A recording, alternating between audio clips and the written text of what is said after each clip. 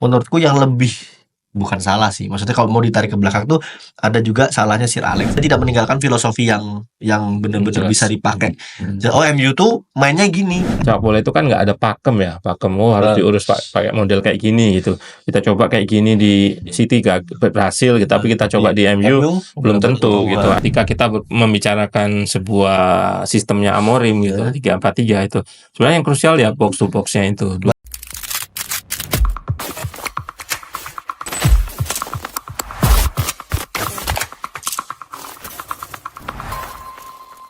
Assalamualaikum warahmatullahi wabarakatuh. Kembali lagi di Ruang Taktik Podcast, channel analitik taktik pertama di Indonesia. Udah siap. Orang berapa episode salah terus.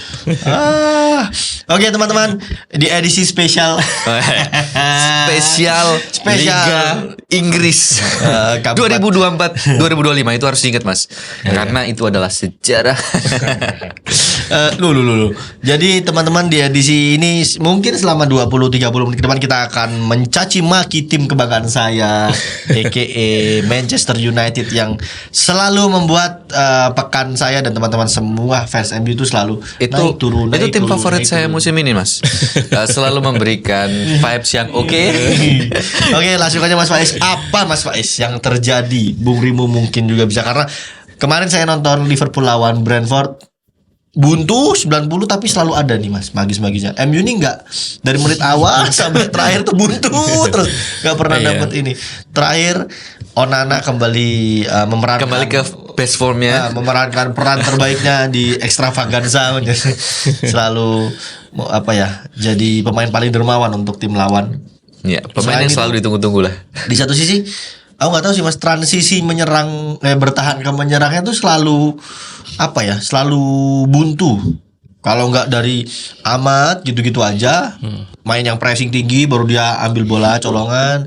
Tapi yang build up bener-bener dari bawah, Bruno dapat umpan kanan kiri, itu kok nggak pernah terlihat gitu Mas. Belum terlihat ya? Belum terlihat atau emang nggak bisa Mas? Apa Mas Faiz yang salah sama taktiknya? Ya, sebenarnya kompleks sih, tapi ya kita coba bahaslah satu-satu. Jadi kita nggak ini ya. Kalau tadi disandingkan sama Liverpool itu salah satu tim yang punya variasi di lini depan gitu. Jadi ketika dia pengen false nine ada Luis Diaz, pengen pemain yang bisa nusuk gitu ada Jota, terus ada Darwin Núñez juga kemarin yang akhirnya clutch. Ada lagi nih Chiesa ada juga. Makanya kalau dibandingkan tim-tim lain ya, memang Liverpool tuh justru lebih variatif. Nggak cuma MU aja ya, dibandingkan sama Arsenal nomor 9-nya, dibanding sama Man City yang Haaland gitu. Dia Liverpool tuh lebih, lini depannya tuh lebih banyak lah opsinya ketika dia butuh apa. Nggak bergantung sama Salah tok.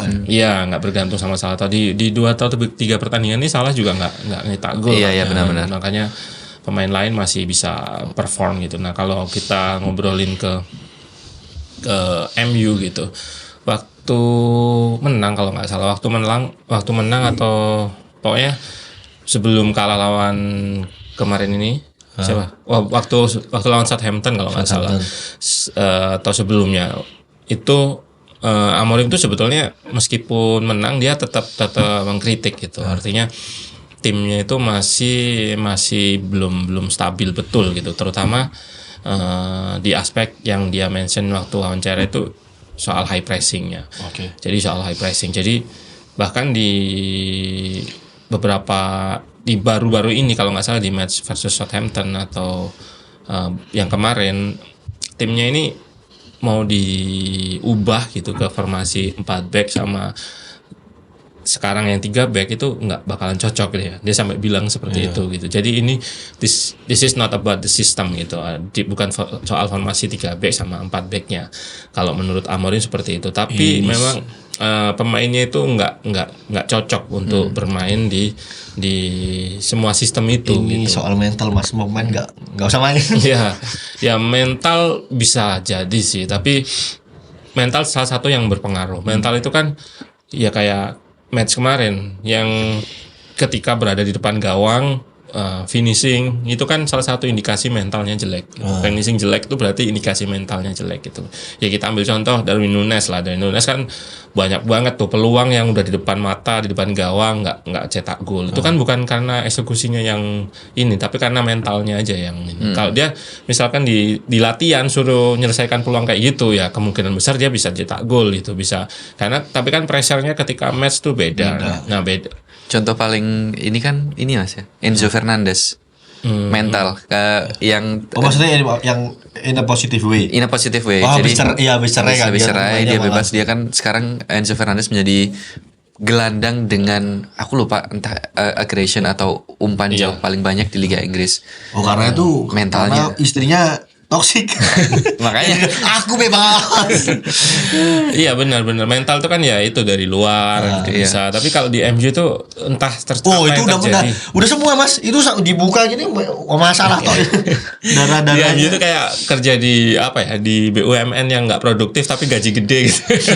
Ya, Jadi udah masuk di sana gaji gede, udah, ongkang-ongkang aja nggak gitu. produktif Bener, gitu. bener. Tetap ini kalau Amorim juga sempat seperti itu gitu. Dibilang seperti itu kalau di sini tuh pemainnya itu nggak sesuai standar untuk yang worth rate itu gitu loh. Untuk mengepus dirinya itu dia sempat bilang kayak gitu juga. Aku terus terang kalau enaknya Amorim ini dia itu lebih belak-belakan soal teknis, belak-belakan soal kondisi pemain. Itu bagusnya sih itu kayak yang kemarin dia juga belak-belakan tapi sempat ngebut degradasi juga gitu. Yang kemarin juga siap-siap adalah pasti tim terburuk. ya yang sekarang tim terburuk dalam sejarah Manchester United. ya dia meskipun dia nggak serta-merta bilang itu kesalahan timnya gitu. Dia juga bilang kesalahan dia yang nggak bisa ngangkat gitu loh. Iya. Mungkin kalau dari aku sih Mas ingin pertanyaan nanti ke Erik sebagai fans Manchester United karena kan permasalahan yang dirasain United ini kan bukan waktu yang sebentar ya Mas ya semenjak ditinggalnya Sir Alex Ferguson. Kalau yang paling menderita sih ini jujur aja. Cuman karena kan itu di bawah 6 loh kita selalu di bawah 6. Maksudnya adalah secara tidak langsung Amorim kan berarti mengiyakan apa yang dikatakan pelatih-pelatih sebelumnya. Jose Mourinho bilang di tim Manchester United emang dari segi fisik juga jelek. Dia pernah mention sekarang lo lihat pemain Manchester United yang keluar dari Manchester United itu main di mana? Pasti di tim-tim jelek dan bahkan jadi tim pemain cadangan atau bahkan nggak main juga. Terus juga ini ya maksudnya yang keluar pasca Sir Alex ya. Iya, terus dari Cristiano Ronaldo dia juga bilang tidak ada perubahan semenjak dia pergi sampai dia datang kembali. Ya, Carrington katanya masih aja sama. Iya, nah mungkin kalau Erik nih yang ngikutin dulu jaya-jayanya MU di awal di terakhir mungkin di 2010-an lah ya. 2013 terakhir juara.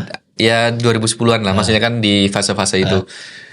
Ya apa emang bukan solusinya adalah bukan pelatih tapi ganti kepemilikan atau memang atau ada hal yang lebih besar. Menarik sih kalau ngomong MU itu Mas menurutku bukan hanya salahnya ya Glazer pasti salah karena bisa dibilang 10-20 tahun ke belakang tuh keputusan soal salary salary cap aja itu kan salah. Jadi udah menurutku sih sekarang tuh banyak pemain yang bilang ya udahlah mending main di MU daripada maksudnya kayak Arsenal atau bukan kalau tim besarnya kan City, sama namanya Liverpool segala macam.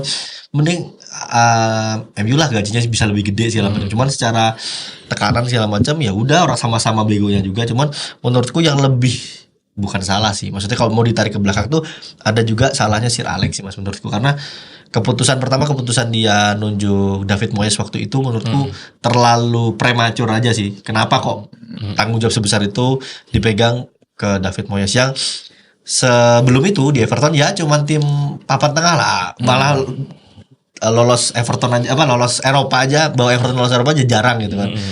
Terus kedua adalah dia tidak meninggalkan filosofi yang benar-benar bisa dipakai. Oh MU tuh mainnya gini. Kalau misalnya MU jaya ya bisa dibilang karena kualitas individu pemainnya sendiri yang jago. Mulai dari waktu 2008 kita juara Europa League, Champions, Tevez, Rooney sama si Ronaldo. Tiganya jago, tengahnya Park Ji-sung, Kerry. Jadi tapi kan nggak memorable kan, maksudnya mainnya MU gimana? Emang terkenal yang kayak kayak Barcelona tiki-taka. Even Arsenal sama Arsene Wenger menurutku lebih cakep mainnya Arsene Wenger daripada Sir Alex. Cuman waktu itu emang murni determinasi sama kepemimpinannya si Sir Alex aja. Cuman akhirnya waktu dia cabut nggak ada apa-apa pun yang ditinggalkan. Jadi menurutku itu memang udah dari awal tuh lebih tepat tidak dipersiapkan untuk menjadi tim yang continuity yang sustain lah itu bahasanya sustain. Berarti menurut lo Sir Alex Ferguson itu bukan pelatih yang bagus, tapi dia adalah seorang dia yang bukan motivator juga. Iya, man management. Dia man management. Kalau aku bilang nggak jago terlalu naif karena dia 26 tahun lebih kurang lebih di MU salah satu. Dia sampai sekarang kan pelatih dengan gelar terbanyak salah satu. Aku nggak tahu udah kesalip sama Pep apa belum. Cuman yang lebih tepatnya adalah tidak ada tidak ada sambungannya antara Sir Alex sama Glazer dulu tuh nggak kayak gue nih 2 tahun lagi mau pensiun, ayo kita bikin gimana map dan emang cukup mendadak juga kan. Nah itu jadi kayak nggak ada gitunya loh kalau menurutku. Kayak Barcelona kan dari Cruyff dulu mungkin filosofinya blueprintnya jelas. Jadi kan ketika Cruyff udah nggak ada terus dilanjutin tuh ya tinggal pungin pelatih itu cuma kerja 30-40%, sisanya udah baku kan. Nah kalau MU kan sama sekali nggak.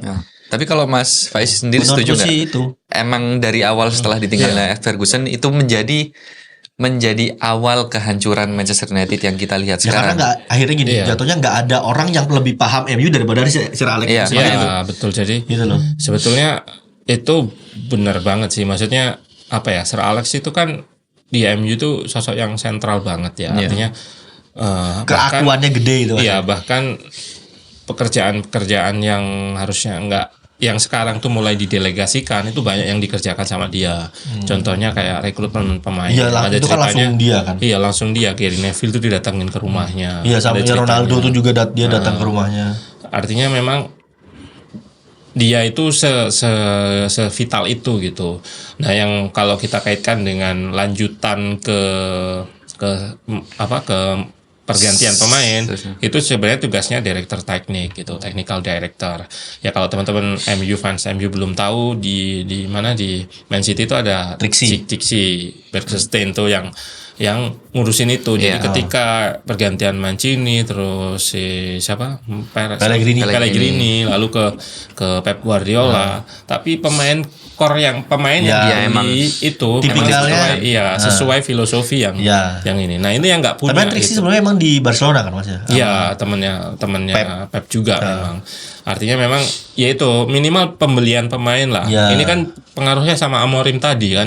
Amorim juga bilang nggak cocok semua pemainnya ini yang mau dipasang ke apapun gitu. Itu juga memang relevan gitu ketika Ten Hag masih melatih, ya udah pemain-pemainnya juga yang nggak cocok gitu, yang bermasalah gitu.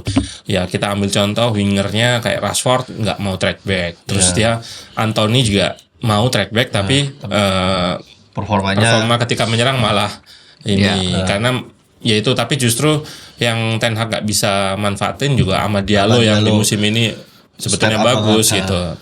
Sebetulnya bagus, dan sebetulnya akhir musim lalu itu sebetulnya bagus juga dia ketika mulai dapat kesempatan lah. Tapi menurutku ya itu dia kan terlalu Ajax sentris ya, makanya beli pemainnya Sandro, Delich itu makanya ya itu tadi kuncinya sih di direktur teknik gitu loh. Ketika direktur teknik ada, pembelian pemain itu nggak mungkin kayak Ajax sentris kayak gitu. Sesuai kebutuhan. Iya, sesuai kebutuhan. Sama kayak Liverpool. Liverpool kan beli pemain juga berdasarkan statistik ya. Karena dia di situ selain ada direktur teknis, dia punya divisi science gitu. Divisi science-nya ada, statistik tuh ada, research-nya itu ada. Jadi ketika Arne Slot masuk, Arne Slot pun dipilih karena memang sesuai filosofi gitu deh. Makanya ketika Arne Slot main, ya udah pemainnya udah sesuai juga. Makanya aku bilang tadi kalau udah kayak gitu pelatih cuma tinggal 30% lah adjustnya gitu. Sisanya udah pemain udah paham mau ngapain. Iya, karena level top itu seharusnya memang pemain ya udah nggak perlu diajarin teknis lagi lah. Intinya tinggal taktik gitu. Ini lebih ke grup gitu, gimana bermain secara tim kayak gitu. Tapi kalau kita balikan ke MU yaitu tadi, ketika nggak ada direktur teknik, bahkan meskipun ada pun waktu itu dia yang dipilih pernah Fletcher kok, dan Fletcher gitu. Secara pengalaman kan iya memang ada direktur teknik. Oh, ada kok kita punya direktur teknik pernah Fletcher, terus pernah siapa gitu. Aku nggak tahu juga. Tapi intinya kemampuannya itu yang jadi masalah gitu. Iya, pengalaman. Nah, itu yang harus kita garis bawain juga gitu. Dan memang ketika oleh Gunnar Solskjaer juga udah mulai terang-terangan ke publik, pernah ngomong juga meskipun belum semua gitu. Dia sempat pernah beli Haaland kan, mau. Iya, Haaland sama Jude Bellingham. Haaland waktu masih di Molde tapi nggak mau. Iya, waktu itu Katanya kemahalan. ditolak intinya gitu. Dan waktu itu juga ada artikel juga siapa bahas soal manajemen, ternyata kalau birokrasi di situ tuh sangat sulit di MU. Di MU-nya. Jadi pengambilan keputusan tuh kayak harus lari ke Glazer lagi gitu. Makanya ya sebetulnya di pergantian pemain ini harusnya soal pergantian manajemen ini harusnya ada ke situ gitu. Tapi perubahan ke situ tapi belum terlihat gitu. Ketika dipilih Amorim itu sebetulnya menurut saya juga udah keluar dari filosofinya ketika main 4 back terus jadi di 3 center back gitu. Amorim kan dia memainkan taktik yang berhasil di masa lalunya gitu. Masa lalunya, tapi dia nggak melihat masa depannya gitu. Masa depannya dengan pemain keberadaan ini apakah cocok gitu loh. Artinya ya itu tadi pemain-pemainnya ternyata nggak dibeli sesuai filosofi, terus ini apalagi pelatihnya nggak sesuai filosofinya juga gitu. Balik lagi ke Ferguson tadi juga, Ferguson juga nggak meninggalkan sebuah filosofi gitu, karena Sir Alex memang kalau kita mundur jauh ke belakang itu ya sampai fans MU sekarang pun kalau mungkin ditanya apa sih filosofi ini, nggak ada. Paling kenal ya counter attack cepat itu gitu. Yang cuma gelar aja Mas. Sama Sir Alex Ferguson time. Ferguson time gitu. Fergie time aja sama gelar doang. Tapi bukan berarti dia miskin taktik ya, dalam artian miskin taktik itu kan nggak relevan juga. Dia juga nggak punya banyak taktik. Justru ketika Sir Alex tampil main itu banyak banget sebenarnya taktik-taktik yang dia gunakan tapi nggak dijadikan utama gitu. Ambil contoh ketika Park Ji-sung disuruh menjaga Andrew Pirlo itu kan situasional aja gitu, adaptif gitu. Oh, Pirlo marking. Ya, Pirlo ini jantungnya. Ya, kita matikan Pirlo gitu. Itu dia tipikalnya kayak gitu. Dia bukan tipikal yang opposition terus kita gitu. Enggak, dia lebih suka tweak sesuai lawan gitu. Tapi itu juga yang bikin dia berhasil karena adaptasi terus gitu. Waktu itu Tevez juga. Habis dari Tevez pindah ke Van Persie juga kan cara mainnya juga beda pusat permainan gitu. Ketika Tevez sama Rooney itu, Tevez tuh udah mainin high press yang kayak sekarang gitu, dia striker yang bisa nge-press itu. Tevez yang ngali bola terus bikin back gak nyaman namanya. Iya, Rooney kayak gitu work rate-nya, terus ada Cristiano Ronaldo yang tinggal eksekusi.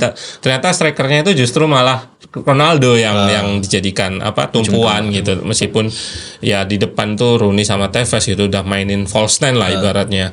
Artinya kan ya memang secara taktik banyak sebenarnya Sir Alex, tapi memang nggak punya filosofi itu tadi, pakem itu tadi. Gitu. Dari zaman Teddy Sheringham sama Andy Cole juga beda juga lagi mainnya. Beda juga. Waktu UCL itu kan kalau inget winger kanannya itu Owen Hargreaves memang 2008 ya. Iya, 2008. Itu memang dia gunakan untuk matiin Ashley Cole-nya si Chelsea gitu.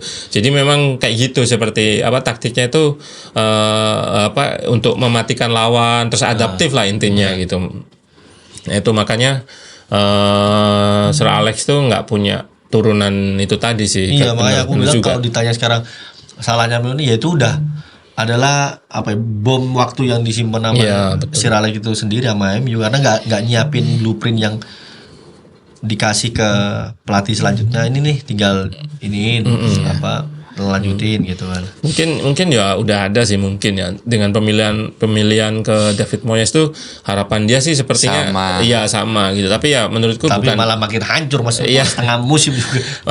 bukan kesalahan Sir Alex juga, ya itu tadi harusnya manajemen gitu. Tapi ya karena di era itu Sir Alex yang nanganin semua gitu. Kan itu kan jatuhnya waktu di musim setelahnya kan Sir Alex masih ngejabat kan, maksudnya masih bantuin si Moyes, cuman ternyata Moyes juga gak bertahan lama. Aku kira tuh malah sebenarnya butuhnya tuh karakter yang menonjol juga kayak Vergi. Menurutku yang mirip-mirip Conte yang memang galak, beneran galak itu, mas luar dalam dia bisa eksplosif, tapi nggak tahu nggak keturutan sih sampai Berarti emang tuntutan fans Manchester United sejauh ini adalah ganti kepemilikan, ganti Glazer. Itu sebenarnya mungkin bahkan bisa jadi jawabannya Mas ya, karena ketika ganti kepemilikan, mungkin yang kita lihat sekarang kita lihat si Jim Ratcliffe.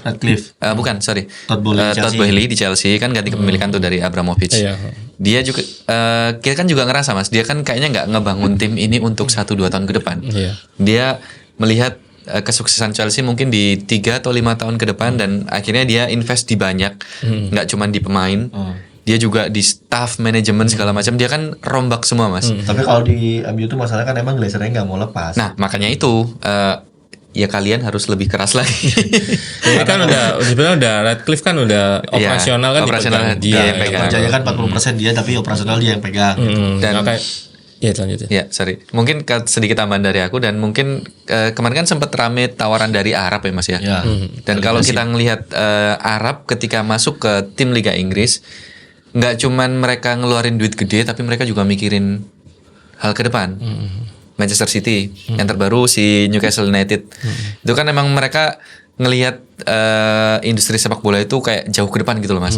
Si Newcastle United dibangun itu nggak langsung kayak Manchester City dulu, karena memang dulu Manchester City si Arab ini masuk ketika peraturan keuangan nggak seketat sekarang lah Mas. Iya.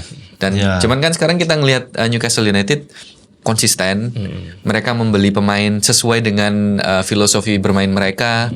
Mereka selalu bermain, dan bahkan sekarang kayaknya selalu jadi contender buat Champions League. Nah kayak gitu-gitu. Nah mungkin pergantian ke Arab mungkin bisa jadi salah satu Ya, solusi. tapi itu sebenarnya singkat, tidak Pak. mungkin karena pertama Glazer emang nggak mau karena takut mereka tuh hilang gitu aja gitu loh waktu Uangnya. Arabnya orang Iya. Glazer beli MU aja pakai utangnya Iya. lunasin MU. Gimana caranya? Kan ya Glazer kan pinternya itu kan secara Bisnis. keuangan dia ya itu tadi beli pakai uang utang, terus sekarang yang bayar utang ya dari Iya, profitnya MU. Oh, sedangkan gitu. kalau lihat Jim Ratcliffe kan juga susah juga ketika dia baru beli, habis itu mau dibeli Arab, masih di take over Arab juga dia aku rasa Ya sih pasti saham aja sih mungkin ya Mas ya. Iya, tetap aja kalau saham dipunya Arab nih 60% misalnya, Ratcliffe tetap 40%. Tapi kalau operasional si Ratcliffe dengan cara pola pikirnya kayak gitu juga susah. makanya menurut saya bukan jadi jawaban juga sih, bukan Orang jadi jawaban. bukan direktur sih, kemarin operasional bisnisnya yang dari Sunderland atau apa yang Armstrong siapa itu namanya itu Dan Armstrong. cuman berapa bulan kan. Kontraknya setahun atau 6 bulan, tapi dia di bulan ketiga udah cabut. Berarti kan ada yang salah juga Iya, sama benar. Ratcliffe itu mau. Ada intinya kalau kita ganti owner siapapun, kalau pengerjaannya masih sama. masih apa ya, masih nggak tepat gitu, nggak tepat. Aku bilang jelek, bukan jelek ya, tapi memang sepak bola itu kan nggak ada pakem ya, harus diurus pakai model kayak gini gitu.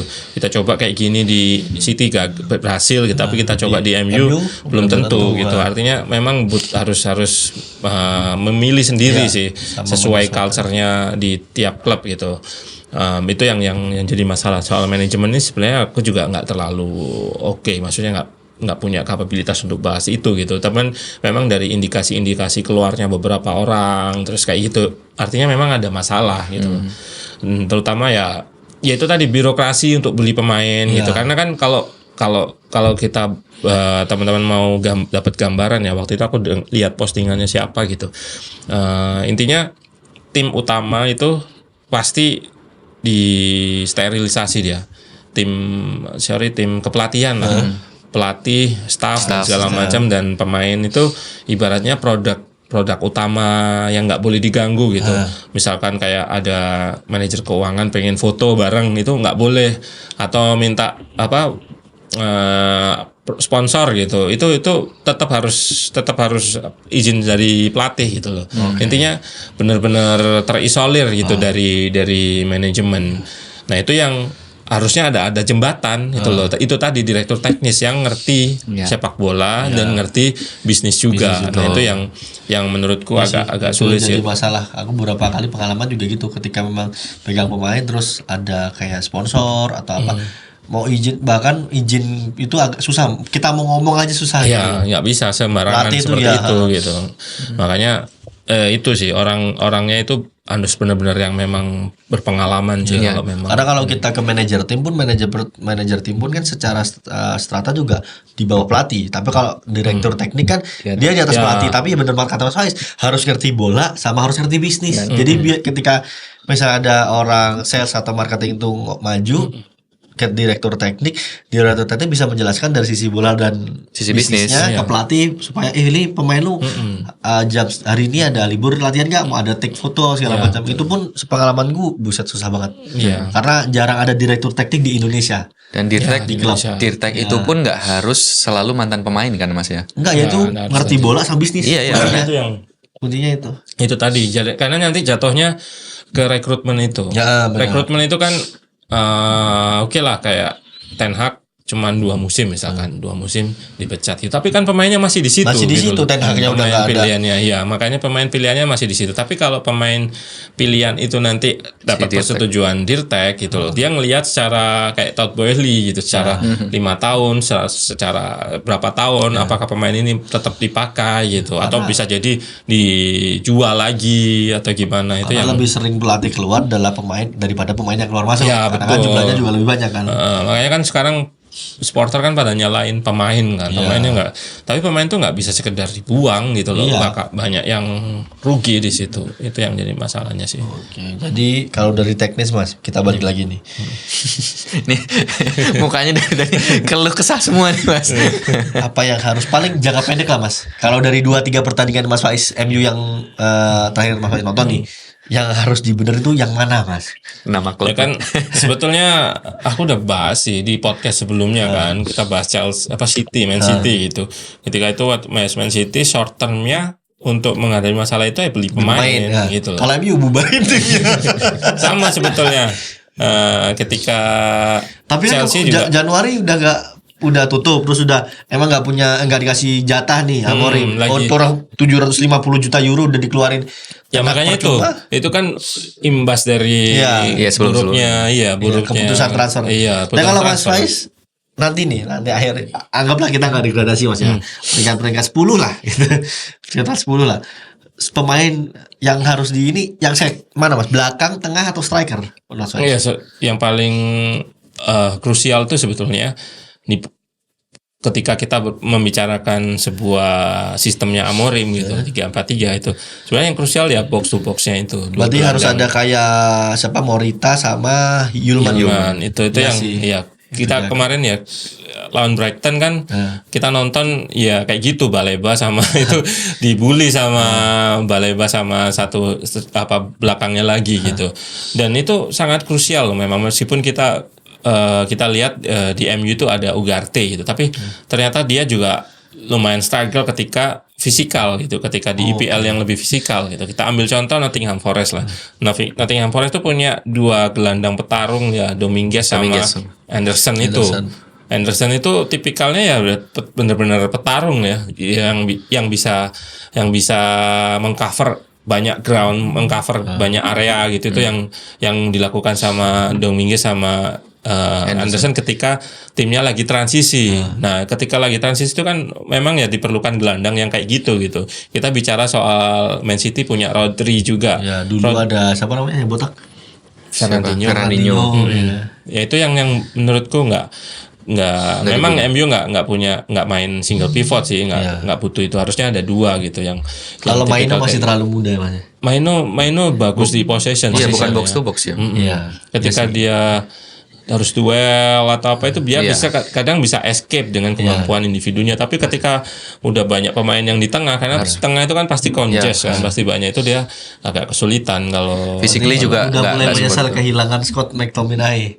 Ya, McTominay juga menurutku juga di IPL juga masih struggle sih, meskipun dia di beberapa kesempatan terakhir tuh sering cetak gol gitu. Justru dia oke-nya ketika dia didorong lebih ke depan, memang kayak bayangan gitulah, striker bayangan. Tapi menurutku ya kalau mau ideal, meskipun ya aku nggak bilang timnya secara oke gitu ya, kayak Nottingham Forest udah terbukti gitu punya 2 gelandang yang itu. Terus Liverpool Gravenberch sama McAllister Kalau nggak dua Indo. tipikal itu yang memang kalau Liverpool menurutku yang paling ini Gravenberch lah.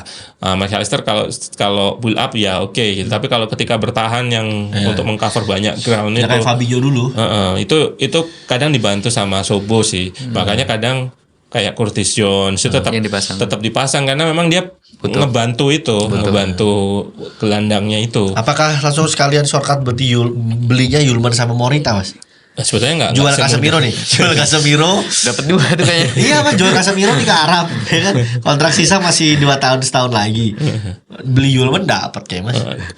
agak susah sih. Kita kan lihat musim lalu tren pemain gelandang itu kan mahal. Iya Declan sih. Rice, terus satu lagi siapa? Caicedo kan Lavia. itu Lavia itu kan lagi mahal. Iya, karena nomor 6 Mas Ais pernah cerita kan nomor 6 tuh sekarang ketersediaannya Nggak sebanyak itu. Ya ada yang banyak jago, tapi ya yang tapi- jago sedih. Oh, ada Mas yang jago, free gratis. Siapa? Pogba. Iya itu dia ambil. Karena dia udah gak mau trauma Manchester katanya. Iya, kita ambil contoh Newcastle lah. Newcastle punya Bruno Kamara sama si Tonali. Itu Longstaff sekarang. itu dia juga main tengah. Iya, tapi Tonali sekarang.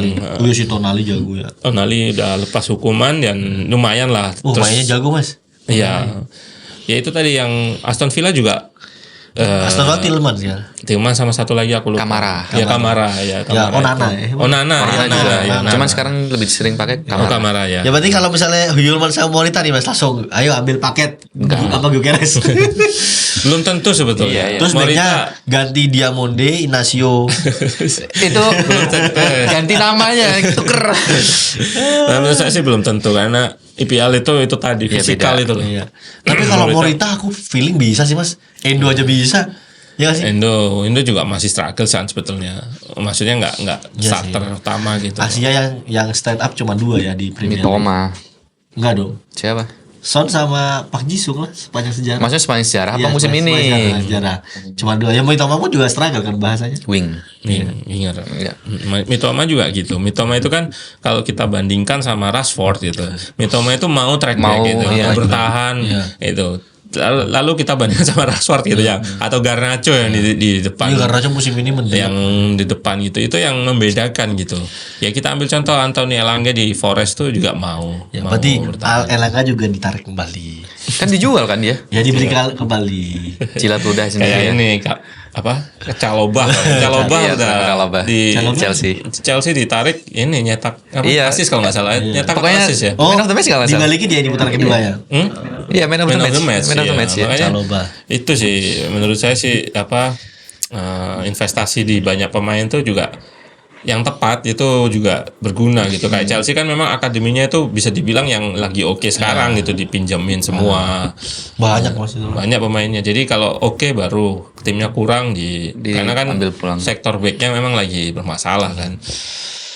Ya, setengah jam cukup lah buat saya Mengeluh. healing stres, membagikan ke penatan. Sangat kerasa ya Mas ya. Feeling stresnya di episode kali ini. Oke teman-teman, terima kasih sudah menonton 30 menit yang sangat berharga sebagai Mancunian. Mancunian tuh. Entah kapan kita bisa Ya, kembali lagi. aku sebagai fans sih berharap Emi bisa kembali ya 20 tahun lagi lah Mas. Merasakan apa yang dirasakan Liverpool Iya, dulu ya. kita hampir 30 tahun.